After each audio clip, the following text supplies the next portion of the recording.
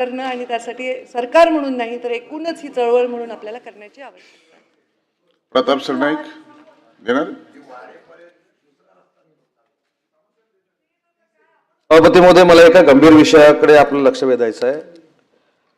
काल परवाच्या अधिवेशनाच्या दिवशी म्हणजे सन्मान्य सदस्यांना देखील हे कळलं पाहिजे की महाराष्ट्र औद्योगिक विकास महामंडळाचं एक डमी लेटरेड तयार करून त्याच्यावर माझ्या विभागाच्या 50 लोकांची नावं घातली, त्यांचा हुद्दा घातला, स्कॅन सह्या मारल्या आणि आपल्या विधान भवनाच्या कार्यालयाकडनं पासेस घेण्यात आले.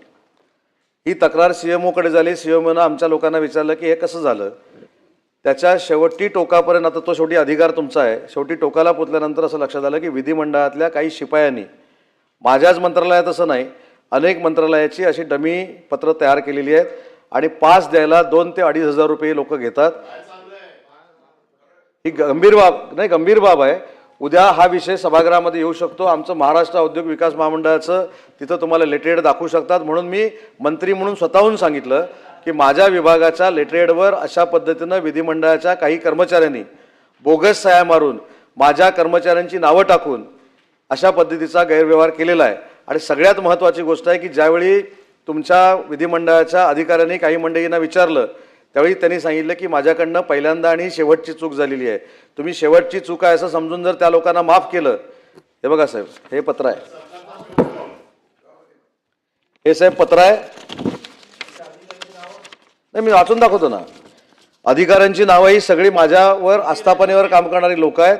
महाराष्ट्र औद्योगिक विकास महामंडळाचं हे लेटरेड आहे आणि याच्यावर जी सही केलेली आहे ती देखील सहमुख्य कार्यकारी अधिकारी महाराष्ट्र औद्योगिक विकास महामंडळाने फेक सही मारलेली आहे. मला असं वाटतं की अशा प्रवृत्तीवर कठोर कारवाई झाली पाहिजे, कायदेशीर कारवाई झाली पाहिजे. हे नुसतं महाराष्ट्र शासनाची बदनामी नाही तर पवित्र विधिमंडळाची देखील बदनामी आहे. आणि विधिमंडळाचा कर्मचारी असं करतो हे देखील फार म्हणजे तसं बघायला गेलं तर चुकीची बाब आहे. आणि म्हणून स्वतःच्या डिपार्टमेंटचं हे असताना देखील मी स्वतः या ठिकाणी सादर केलेलं आहे. उद्योग मंत्री माननीय उदय सामंत साहेब यांनी, मी त्याला बोलतो त्याच्यानंतर राहिलं बोला. उदय सामंत यांनी जी बाब निदर्शनास आणली आहे ही बाब यापूर्वीच आमच्या देखील निदर्शनास आली आहे. त्यामुळं याची सखोल चौकशीचे आदेश यापूर्वीच दिलेले आहेत. चौकशी अंती जे निष्पन्न होईल त्यांच्यावर हे अधिवेशन संपण्यापूर्वी कठोर कारवाई केली जाईल. आता मला वाटतं पुढे जाऊया आपण. पॉइंट ऑफ हां, प्रताप सर नाही. सभापती महोदय, सभापती महोदय, कुठलंही असलं अशा पद्धतीने जे कोणी कारवाई करतील त्याच्यावरती एकसारखीच कारवाई केली जाईल, कठोर कारवाई केली जाईल. सभापती महोदय, महाराष्ट्र इलेक्ट्रिक वाहन धोरण 2025 बाबत या सभागृहामध्ये मी